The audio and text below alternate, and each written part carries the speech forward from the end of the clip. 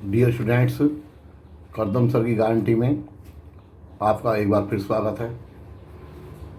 जैसे मैंने आपसे वादा किया था पिछली वीडियो में कि मैं बहुत जल्दी आपको जो चैप्टर फर्स्ट है हमारा मानव भूगोल प्रकृति में से क्षेत्र, और बुक फर्स्ट है मानव भूगोल के मूल सिद्धांत, कक्षा 12 में या ज्योग्राफी में लगी हुई है, कि उसके MCQ जो बेस्ड है NCERT और CBSE, वो मैं आपको जल्दी ही नई वीडियो में आपको बता दूंगा। तो आज मैं उसके वादे को आपके सामने पूरा कर रहा हूँ कि मैं आज आपको जो उसके मेन जो MCQ हैं वो मैं आपको बताऊंगा। मैंने पिछली वीडियो में आपको पूरा चैप्टर समझा दिया, उसके इंपॉर्टेंट क्वेश्चन समझा दिए, जो CBSE में आए हुए हैं उनको समझा दिया। मेरे ख्याल से अगर आपने वो कर लिए होंगे तो आपको फिर आसानी से पाठ समझ में आ गया होगा। मैंने कहा था कुछ आप MCQ बना लेना, हो सकता है वो आपने बनाए हों और हो सकता ना बनाए हों, लेकिन ये ध्यान रखना ये MCQ जब समझ में आएंगे जब आपने पहले वीडियो जो चैप्टर की है, जो मैंने भेजी हुई है चैप्टर फर्स्ट की, वो वाली अगर आपने देख ली तो ये आपको समझ में आएंगे, और नहीं तो ये बहुत मुश्किल आएंगे क्योंकि MCQ रटे नहीं जाया करते, ये रटे नहीं जाते हैं। तो इसमें इसलिए आपको सबसे पहले वो वीडियो देखनी पड़ेगी, उसके बाद ये MCQ समझ में आएंगे और ये आपके दिमाग में बैठ जाएंगे, फिर चैप्टर भी बैठ जाएगा और ये भी बैठ जाएंगे। लेकिन आपको पहले वो वीडियो देखनी पड़ेगी, ठीक है। तो मुझे उम्मीद है कि आप जो है चैनल को सब्सक्राइब करोगे, वीडियो को लाइक करोगे और शेयर करोगे, ठीक है। तो मैं अब ये शुरू कर रहा हूँ। MCQ नंबर 1 है, निम्न में से कौन सा भूगोल का क्षेत्र नहीं है? ऑप्शन दिए हुए हैं इसमें, प्राकृतिक भूगोल, A, B आर्थिक भूगोल, C राजनीतिक भूगोल और D सामाजिक भूगोल। तो इसमें जो भूगोल का कौन सा मानव भूगोल का क्षेत्र नहीं है, तो इसमें प्राकृतिक भूगोल जो है ये इसमें आ जाएगा कि जो ये मानव भूगोल का क्षेत्र नहीं है। प्राकृतिक भूगोल, निम्न में से कौन सा मानव भूगोल का क्षेत्र नहीं है? मानव भूगोल का यानी कि प्राकृतिक भूगोल जो है वो क्षेत्र नहीं है। तो ये प्राकृतिक भूगोल है वो उसे हम असल में भौतिक भूगोल कहते हैं, जो 11वीं पढ़ते हैं, जबकि आर्थिक, राजनीतिक और सामाजिक भूगोल ये मानव भूगोल के क्षेत्र या उपक्षेत्र है, कुछ कह सकते हो आप। क्वेश्चन नंबर 2, मानव भूगोल के क्षेत्र क्या हैं? फिर इसी तरह क्वेश्चन है, इसमें ऑप्शन है A जनसंख्या भूगोल, B शहरी भूगोल या नगर भूगोल, C कृषि भूगोल और D उपरोक्त सभी। उत्तर इसका फुल वही है, उपरोक्त सभी, ये सारे इसमें आते हैं। क्वेश्चन नंबर 3 है, मानव भूगोल किसके द्वारा परिभाषित किया गया है? यानी कि हम इसको मानव भूगोल कैसे समझ सकते हैं? क्वेश्चन किसी तरह से घुमा देंगे। तो इसमें A है मानव भूगोल केवल पृथ्वी के बारे में है, वो बताता हमें।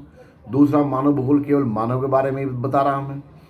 C है हमारा मानव भूगोल मानव व पृथ्वी के संबंधों के बारे में बता रहा है। और फोर्थ है D है उपरोक्त में से कोई नहीं। तो आंसर आपको इस पर समझ में आ गया होगा, मानव भूगोल मानव व पृथ्वी के बीच के संबंधों के बारे में हमें जानकारी देता है, बताता है। क्वेश्चन नंबर 4 है, मानव भूगोल को मानव समाज और पृथ्वी के बीच संबंधों के अध्ययन को किसने परिभाषित किया है? ऑप्शन है रेडजेल, हैग, फ्रैंक और VK सोलोमन। रेडजेल की परिभाषा जब आप देखते हो तो उन्होंने मानव समाज और पृथ्वी के धरातल या सतह के बारे में के बीच में संबंधों को जोड़ा है, तो इसका उत्तर है रेडजेल। क्वेश्चन नंबर 5, नवनियतिवाद या नवनिश्चयवाद या नव पर्यावरणवाद शब्द किसने सबसे पहले गढ़ा था? उत्तर इसका 4 ऑप्शन में कोई सा होगा, मैं बता देता हूँ। Griffith Taylor A, B Vidal de la Blache, C हेग और D कार्ल रिटर। उत्तर है इसका ग्रिफिथ टेलर। क्वेश्चन नंबर 6, निम्न में से कौन सा सामाजिक भूगोल का उपक्षेत्र नहीं है? तो इसमें 4 ऑप्शन है, राजनीतिक भूगोल, जनसंख्या भूगोल, शहरी भूगोल, आर्थिक भूगोल। इसमें उत्तर है A राजनीतिक भूगोल। क्वेश्चन नंबर 7 है, इंडियोग्राफिक आगे डैश दिया हुआ को दर्शाता है? A सामान्यकरण, B विशेष अध्ययन, सी विश्लेषण और डी संश्लेषण। तो उत्तर है इसका विशेष अध्ययन। क्वेश्चन नंबर 8, भौगोलिक अध्ययन में मात्रात्मक विचार किस काल में लोकप्रिय हुआ? इसमें 4 ऑप्शन है, 1850 ईस्वी, 1950 ईस्वी, 1980 ईस्वी या 2000 ईस्वी। उत्तर है 1950 ईस्वी। ओके, तो ये ध्यान रखना, ये आपको जो उत्तर है ये आपको जब इससे भी समझ में आएंगे जब आपने वो चैप्टर पूरा पढ़ लिया होगा, पूरी वीडियो देख ली होगी, पूरा समझ लिया होगा। और नहीं तो ये एमसीक्यू आपको समझ में नहीं आएंगे, रटे नहीं जाएंगे, आप वहाँ पेपर पर तुक्का मारोगे और भी आपके गलत होने की संभावना हो जाएगी। क्वेश्चन नंबर 9 है, रुको और जाओ। रुको और जाओ नवनिश्चयवाद को किसने दिया था? ऑप्शन है ग्रिफिथ टेलर, रेडजेल, ब्लास या रिटर। ऑप्शन ए है ग्रिफिथ टेलर। क्वेश्चन नंबर 10, मानव भूगोल के अध्ययन के लिए कौन सा क्षेत्र सबसे ज़्यादा महत्वपूर्ण है? तो ऑप्शन है ए कृषि भूगोल, बी जनसंख्या भूगोल, सी आर्थिक भूगोल, डी उपरोक्त सभी। तो स्पष्ट है ये सारे हमारे लिए इंपॉर्टेंट है मानव भूगोल के अध्ययन के लिए। तो ऑप्शन होगा, उत्तर होगा उपरोक्त सभी, डी।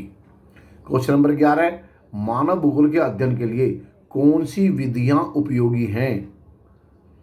ए क्षेत्रीय विधि, बी प्रणालीगत विधि, सी मात्रात्मक विधि, डी उपरोक्त सभी। उत्तर होगा इसका डी उपरोक्त सभी। क्वेश्चन नंबर 12 है, मानव भूगोल के जनक कौन हैं या किसने सबसे पहले मानव भूगोल को बताया? तो ऑप्शन है रेडजेल, बी रीटर, सी ग्रिफिथ टेलर, डी ब्लास। तो उत्तर है ए रेडजेल। क्वेश्चन नंबर 13 है, मानव नियतिवाद का मुख्य घटक कौन सा है? ऑप्शन ए है प्राकृतिक घटक, बी मानवीय घटक, सी केवल ए और डी दोनों ए और बी। तो आप जानते हो नियतिवाद में प्रकृति को सबसे ज़्यादा इंपॉर्टेंस दी हुई है। तो उत्तर है ए प्राकृतिक घटक या प्रकृति घटक। क्वेश्चन नंबर 14, संभववाद का मुख्य घटक कौन सा है, कंपोनेंट कौन सा है? ए प्राकृतिक, बी मानवीय, सी दैवीय, डी इनमें से कोई नहीं। तो उत्तर है बी मानवीय। ठीक है। क्वेश्चन नंबर 15, नवनिश्चयवाद का मुख्य घटक कौन सा है?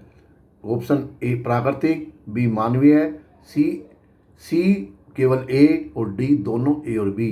तो उत्तर है दोनों ए और बी। क्वेश्चन नंबर 16, व्यवहारिक भूगोल, राजनीतिक भूगोल, आर्थिक भूगोल व सामाजिक भूगोल कौन से भूगोल के उपक्षेत्र हैं? ऑप्शन है ए प्राकृतिक, बी विशिष्ट, सी मानव भूगोल और डी जीव भूगोल। उत्तर है सी मानव भूगोल। क्वेश्चन नंबर 17, व्यवहारवादी भूगोल, अवकाश भूगोल, सांस्कृतिक भूगोल, ऐतिहासिक भूगोल, चिकित्सा भूगोल मानव भूगोल के किस क्षेत्र के उपक्षेत्र हैं? ऑप्शन है सामाजिक भूगोल, नगरीय भूगोल, राजनीतिक भूगोल, जनसंख्या भूगोल। उत्तर है सामाजिक भूगोल। तो ये आपको फिर मैं बता रहा हूँ समझ में ये भी आएंगे जब आपने वो एनसीईआरटी के क्वेश्चन, वो जो मैंने वीडियो भेजी है पहली वाली वीडियो, उसको आप देख चुके होंगे। क्वेश्चन नंबर 18, निर्वाचन भूगोल, सैन्य भूगोल, मानव भूगोल किस क्षेत्र के उपक्षेत्र हैं? इतने क्वेश्चन बहुत आ रहे हैं आजकल, ये ध्यान रखना।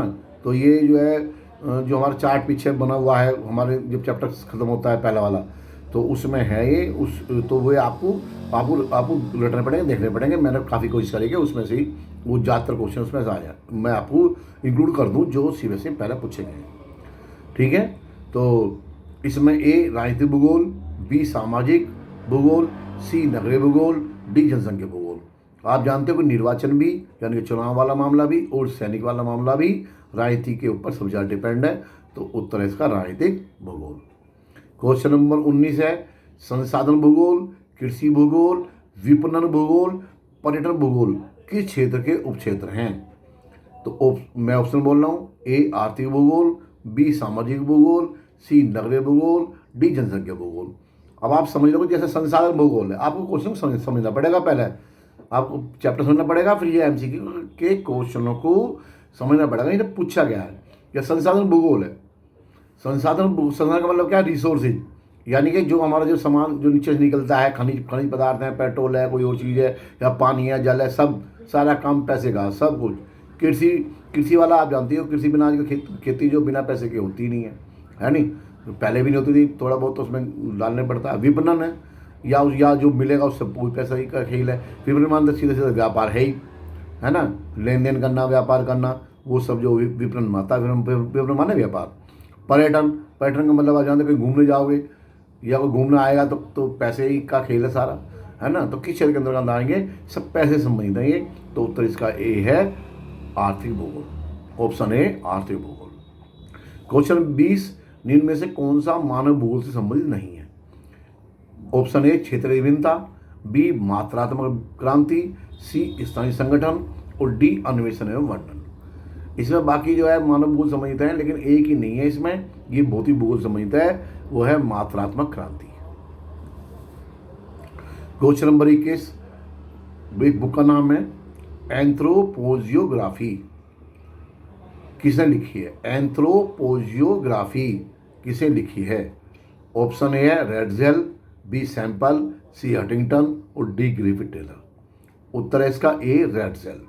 रेडजेल साहब ने लिखी थी ये, और इसी में इन्होंने मानव भूगोल की परिभाषा दी थी सबसे पहले, तो ये इसीलिए इसके जनक भी कहलाए। तो एंथ्रोपोजियोग्राफी एक किताब है जो रेडजेल साहब की लिखी हुई है। क्वेश्चन 22, भूगोल का जन्म कहाँ हुआ?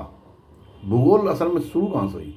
तो ऑप्शन है इसमें, A Asia, B Europe, C Africa, D यूनान। उत्तर है इसका डी यूनान। क्वेश्चन नंबर 23 है, फिर एक किताब का नाम आ गया जियोग्राफिया, जियोग्राफिया जेनरालिस, जियोग्राफिया जेनरालिस किताब का नाम है, कि लेखक कौन है? ऑप्शन है ए वारेनियस, बी रेडजेल, सी टेलर, डी डार्विन। उत्तर इसमें ए है, ऑप्शन ए वारेनियस। क्वेश्चन नंबर 24, निम्न में से कौन विद्वान मानव भूगोल से संबंधित नहीं है? Option A Semple, B Ratzel, C Russell, और डी हटिंगटन। ये पेपर में आया हुआ कई बार, तो इसमें आप जानते हो सैंपल, रेडजेल, हटिंगटन ये हमारे मानव भूगोल संबंधित हैं, और जो रसेल हैं, बटर डिसेल, रसेल जो ये संबंधित नहीं है, ये प्लेयर है। क्वेश्चन नंबर 25, किसने कहा कि मानव प्रकृति का दास है? ये थ्योरी में आता है, उसमें भी आता है लिखने का 3 नंबर क्वेश्चन के पर, बताइए मानव प्रकृति का दास है, इसे स्पष्ट कीजिए। तो आप जो है, अगर आपने पहले वाली वीडियो में देखी हुई है और चैप्टर को पढ़ा हुआ, तो आप ये क्लियर कट समझ जाओगे कि ये क्या पूछ रहा है इसमें। मानव प्रकृति का दास किसने बताता है? निश्चयवाद में बताता, नियतिवाद में बताता। जानते हो ना प्रकृति के अंडर में कौन है, कौन से थ्योरी में, कौन सी भौगोलिक विचारधारा में? वो है किसमें? नियतिवाद में, निश्चयवाद में। और वो आप जानते ही वो किसे दी है? वो सैंपल दी हुई है। निश्चयवाद के समर्थक सैंपल हैं इसमें। ऑप्शन में ए हटिंगटन, बी अरस्तु, सी सैंपल, और डी टेलर। उत्तर मैंने पहले बता दिया, सी सैंपल। ठीक है भाई। तो अब क्वेश्चन नंबर 26, क्वेश्चन नंबर 26 में बता रहा हूँ आपको कि on the origin of species, किताब का नाम, फिर on the origin of species किताब, बुक किसने लिखी है? आजकल किताबों के भी आ रहे हैं, जैसे किताब का नाम ले दिया, आपसे पूछेगा भी बताइए आप इसके लेखक कौन है, तो आपको ये बताने पड़ेंगे, ये उसका ऑप्शन बताना पड़ेगा। एक भी ऑप्शन गलत होने का मतलब है कि आप 1 नंबर सीधे नीचे चले गए, यानी कि आप उसमें तो नहीं आ रहे भी टॉप लिस्ट में, तो पास हो जाओगे पर टॉप लिस्ट में नहीं आओगे, ध्यान रखना। और MCQ में सही है सही, गलत है तो गलत। तो क्वेश्चन बता रहा हूँ मैं, on the origin of species किसने लिखी है? ए रेडजेल, बी सैंपल, सी ब्लास, डी डार्विन। उत्तर है इसका डार्विन।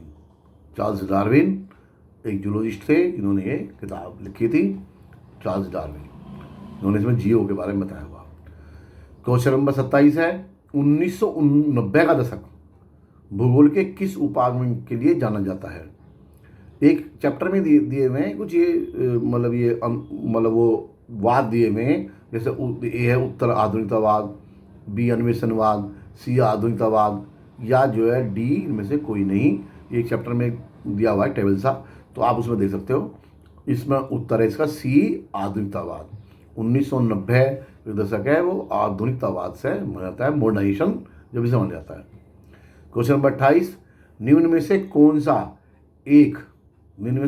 एक लोगों यानी मनुष्यों और पर्यावरण के बीच अन्योन्य क्रिया का सर्वाधिक महत्वपूर्ण कारक है?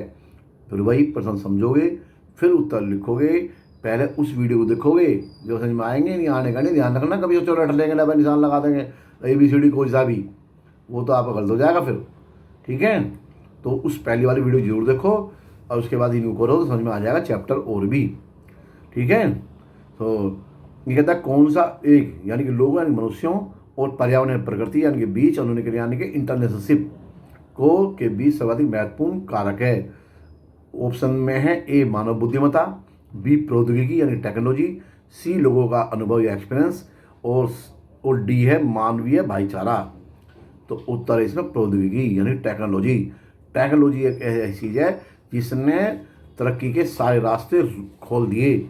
मनुष्य और पर्यावरण के बीच सब तरक्की जो है वो टेक्नोलॉजी की वजह से बहुत आगे बढ़ गई। तो ये जो सबसे महत्वपूर्ण कारक क्या है, टेक्नोलॉजी या प्रौद्योगिकी है। क्वेश्चन नंबर 29, मानवीय भूगोल का क्षेत्र विभेदन किस दशक में हुआ? ए है 1910 का दशक, बी 1930 का दशक, सी 1950 का दशक, डी 1970 का दशक। तो उत्तर है 1930 का दशक, बी 1930 का दशक में क्षेत्रीय विभेदन हुआ। क्वेश्चन नंबर 30, कौन सा भूगोल का अंग मानव भूगोल का अंग नहीं है? निम्न कौन सा मानव भूगोल का अंग नहीं है? ए जनसंख्या भूगोल, बी कृषि भूगोल, सी जलवायु भूगोल, डी नगरीय भूगोल। उत्तर है इसमें आप जानते ही हो कि जो जलवायु है वो भौतिक भूगोल है, प्राकृतिक भूगोल संबंधित है, जो अपने 11वीं पढ़ा हुआ। तो स्पष्ट है, उत्तर है इसका सी जलवायु भूगोल। क्वेश्चन नंबर 31, ब्रेक बुक का नाम है जस्ट पीरियड। जस्ट पीरियड्स के नाम के किताब है नाम की, के लेखक कौन है? तो इस ऑप्शन में है ए हिकेटियस, बी अरस्तु, सी मैगस्थनीज और डी एरेटोस्थनीज। तो उत्तर है हिकेटियस। ठीक है भाई, तो ये मेरे ख्याल से 31 क्वेश्चन पूरे हो चुके हैं। और MCQ में जितने भी CBSE में अब तक क्वेश्चन आए हैं पिछले सालों में, तो मैंने सब इसमें इंक्लूड किए हैं, सिवाय उनके जो डेफिनेशंस हैं, परिभाषाएं हैं। परिभाषा दे दी, नीचे 4 नाम दे दिए, वे आपको परिभाषा वो याद करोगे तो वो उसके समर्थक और परिभाषा वो याद हो जाएंगी, उनमें से भी दे देते हैं, तो वे भी आप कर लोगे और ये भी आप कर लोगे। ठीक है भाई, तो मेरे ख्याल से ये जो आज की वीडियो आपकी पूरी होगी है।